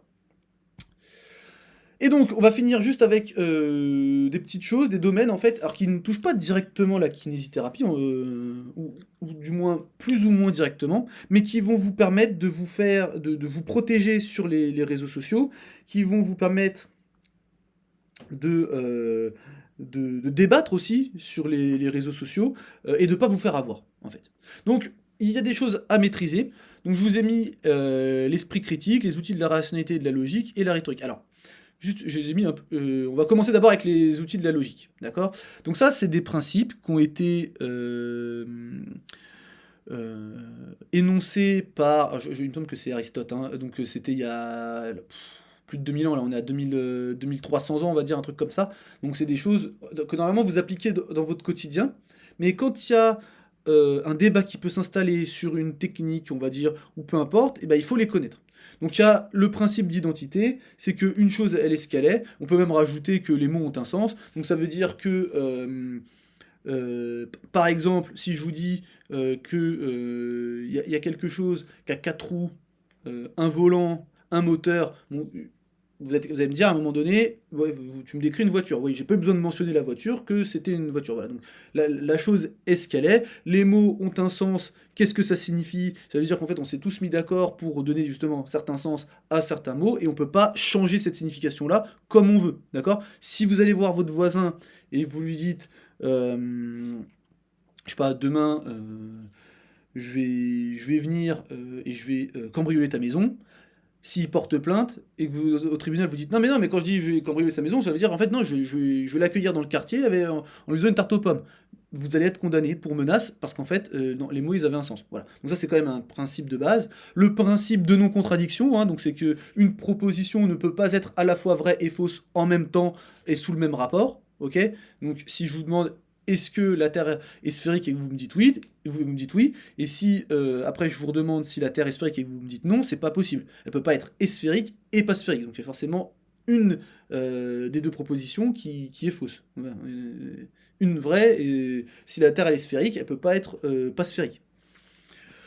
Et principe du tiers exclu, donc c'est que pour toute proposition, soit elle est vraie, soit elle est fausse, sans qu'il y ait de troisième possibilité. Donc par exemple, si je vous demande est-ce que la Terre est sphérique, vous pouvez juste répondre par oui ou non. Parce qu'en fait, le oui et le non forment le tout. Ok, soit elle est sphérique, soit elle n'est pas sphérique, et dans ce cas-là, elle a toute autre forme. D'accord? À pas confondre avec, on peut proposer d'une autre manière, est-ce que la Terre, elle est plate ou elle est sphérique? Ça, c'est pas là, on n'a pas le principe du tiers exclu parce qu'en fait, elle pourrait être pyramidale. Voilà. Donc, c'est des principes de logique à connaître. Connaître aussi ce que c'est une bonne preuve. Ça pourquoi? Parce que quelqu'un, mais pareil sur les réseaux, mais c'est ça qui est fou, c'est que le niveau sur les réseaux il est assez incroyable. Il y a quelqu'un qui contredit quelqu'un, et la personne, parce qu'il y a quelqu'un qui fait un post. Une personne commente en disant on n'a aucune bonne preuve que nanani nanana. Et la personne elle dit en dessous mais qu'est-ce que c'est une bonne preuve? Sous-entendu en fait c'est quoi c'est quoi une bonne preuve en fait? Limite chacun a la sienne. Non, en fait on a des définitions. Et en fait, une bonne preuve, par exemple, c'est une preuve qui fait que si je ne l'accepte pas, ok, elle me ferait passer pour quelqu'un d'irrationnel et d'illogique. Voilà, c'est ça une bonne preuve. D'accord? Donc ça, c'est une première chose. Ensuite, on a les outils de l'esprit critique.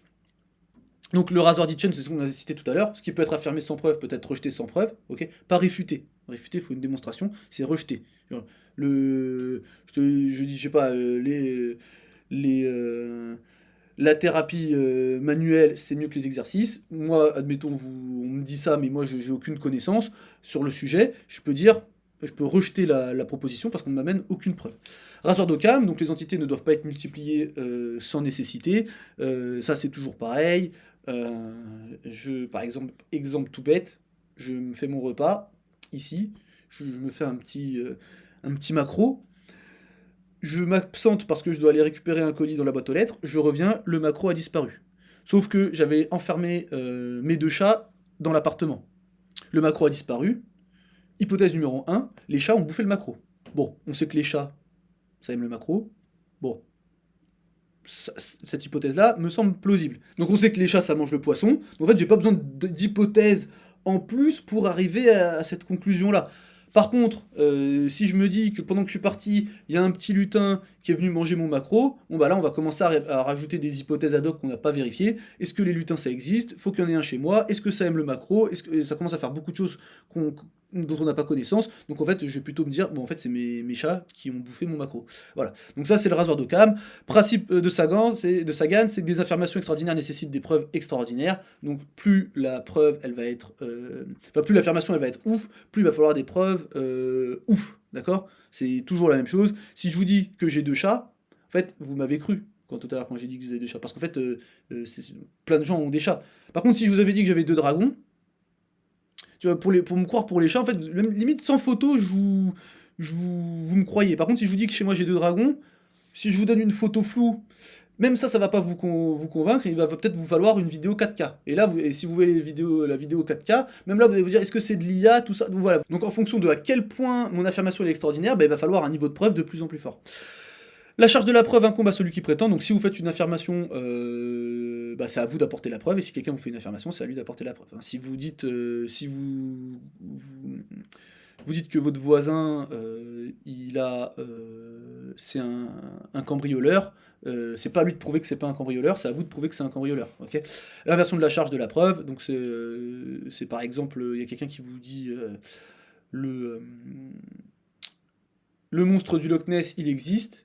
Tu dis bah prouve-le-moi et qui dit bah non, prouve-moi que toi qu'il n'existe pas. Ok. Donc là on inverse la charge de la preuve. Donc ça non, c'est invalide, c'est pas comme ça qu'on fait. Vous pouvez pas prouver l'inexistence de quelque chose. Donc ça on peut profiter pour utiliser des trucs du style, on peut inventer les, par exemple on va prendre les adhérences tissulaires. Oui, mais en fait, si nanana, vous allez avoir des adhérences, tout ça, ok, bah prouve-moi que les adhérences ça existe. Ça veut dire, bah, prouve-moi que ça n'existe pas. Bah non, non, c'est pas comme ça. Je vais pas prouver l'inexistence, c'est à toi de prouver l'existence. Ok.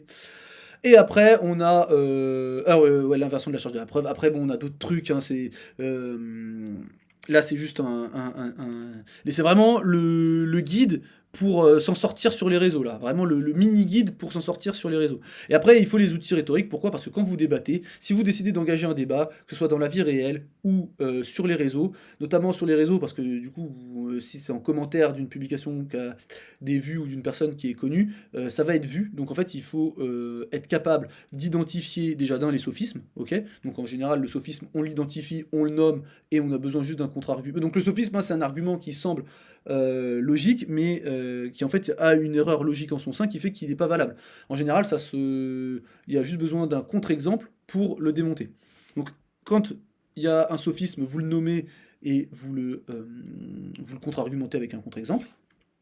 Il faut savoir qu'il y a différents types d'arguments. Donc il y a les arguments qu'on appelle ad rem, donc en fait c'est des arguments qui sur le plan de la rationalité sont bons, ok, on a des preuves en fait ils sont rigoureux, c'est des arguments qui sont rigoureux. C'est je dis ça, oui mais regarde c'est appuyé par telle méta-analyse et ça a été répété, répété, répété, et toutes les méta-analyses tendent vers ça. Ok, donc là mon niveau de preuve il est bon. Ensuite, on a les arguments ad hominem. Donc là, alors ad hominem, c'est pas les insultes. En général, on confond un peu ça avec les ad personam. Ad hominem, c'est pour mettre en lien la cohérence du propos de la personne. D'accord. Exemple, on va parler des ostéopathes ou des chiropracteurs. On va parler des chiropracteurs. Vous débattez avec un chiropracteur et il vous dit que la chiropraxie c'est incroyable. Ok, est-ce que tu serais capable de recommander à des gens de ta famille d'aller voir un chiropracteur sans que tu puisses choisir toi-même le chiropracteur chez qui ils vont aller. Voilà. Ça peut être c'est un argument ad hominem. La personne peut dire oui, donc dans ce cas-là, ça montrerait qu'elle a totalement confiance dans la chiropraxie. Si elle dit non, bah, si elle défendait la chiropraxie, je défends la chiropraxie, mais je suis pas capable de recommander les chiropracteurs pour ma famille. Déjà, là, on peut mettre en évidence une incohérence. Et après, on va avoir les arguments ad personam, où là, on va insulter la personne. Bon, là, pour le coup, ceux-là, on les utilise pas. Et ensuite, oui, quand vous faites un débat, il y a tout un tas de choses, on appelle, donc c'est logos, ethos, pathos, c'est tout un tas de le type d'outils pareil qu'on va utiliser pour mettre en avant son argumentaire. Ce qu'il faut savoir, c'est que quand vous débattez avec quelqu'un, c'est pas vous avez raison, donc vous avez gagné le débat d'office, d'accord? Il faut utiliser tout, justement, logos, ethos, pathos, pour montrer, pour gagner le débat, d'accord? C'est pas juste l'adversaire il a tort, vous avez raison. il faut le débat, voilà, c'est quelque chose d'assez particulier. Et il faut être capable de démonter l'argumentaire de l'autre. Voilà, c'est un peu un combat, entre guillemets, mais avec des mots. Là, on n'utilise pas. Bah, en fait, le débat, en fait, hein, c'est dans le mot. On pourrait se battre, bon bah débattre, on se bat pas, en tout cas pas avec les poings, mais par contre ça va être avec les mots, voilà.